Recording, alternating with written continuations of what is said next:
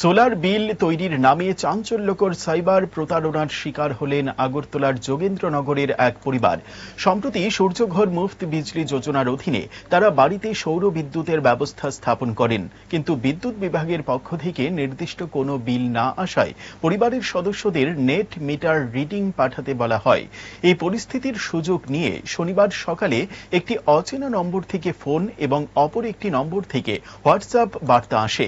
প্রতারক নিজেকে বিদ্যুৎ বিভাগের প্রতিনিধি পরিচয় দিয়ে জানান, মাত্র 7 টাকার নেট ব্যাংকিং লেনদেনের মাধ্যমে একটি অ্যাপ ইনস্টল করলে ভবিষ্যতে বিল সংক্রান্ত সমস্যা সমাধান হয়ে যাবে।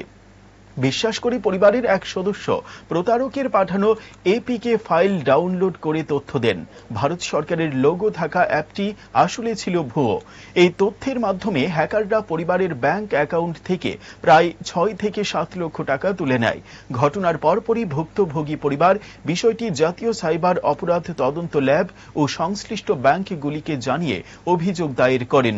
পরিবারের তরফ থেকে জানা গেছে, সন্দীপন পালের মোবাইল ফোন এবং তার পিতার ফোনটিও হ্যাক হয়েছে। পূর্ব আগরতলা থানার মাধ্যমে সাইবার সেলে একটি সাধারণ ডায়েরি করা হয়েছে। ভুক্তভোগীদের দাবি, দ্রুত তদন্ত করে অর্থ পুনরুদ্ধার এবং দোষীদের গ্রেফতার করা হোক।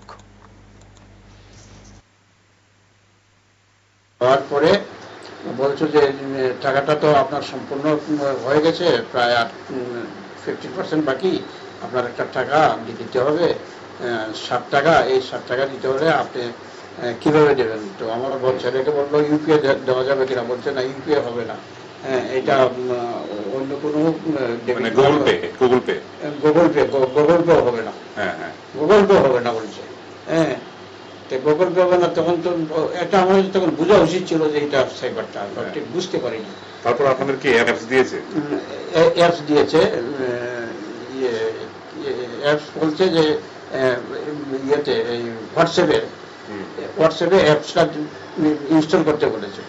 তো ওই ইনস্টল করতে গিয়ে বিভিন্ন পার্টিকুলার্স গুলো চেয়েছে, নাম নাম থেকে আরম্ভ করে এভরিথিং, ব্যাংক ডিটেলস সমস্ত চেয়েছে। তখন সেইটা ব্যাংক ডিটেলস চাওয়ার পরে আমরা ঠিক তখনও বুঝতে পারিনি যে যখন কিছু বললো যে এই আইসিআইসি ব্যাংকের তো কাজ করছে না, আপনি অন্য ব্যাংক বলুন। অন্য ব্যাংক বলতে অ্যাক্সিস ব্যাংক দিচ্ছে, অ্যাক্সিস ব্যাংকেও বলছে যে ডেবিট কার্ডে পরে ডেবিট কার্ডের নাম্বার দিয়েছে, তখন বলছে এইটা হচ্ছে না। তারপরে আরো সে নাম্বারটা নেওয়ার জন্য বোধহয় আরো চেয়েছে। আমার ছেলের ক্রেডিট কার্ড ছিল 3-4টা ব্যাংকে, সেই ক্রেডিট কার্ডের নাম্বারটা বলে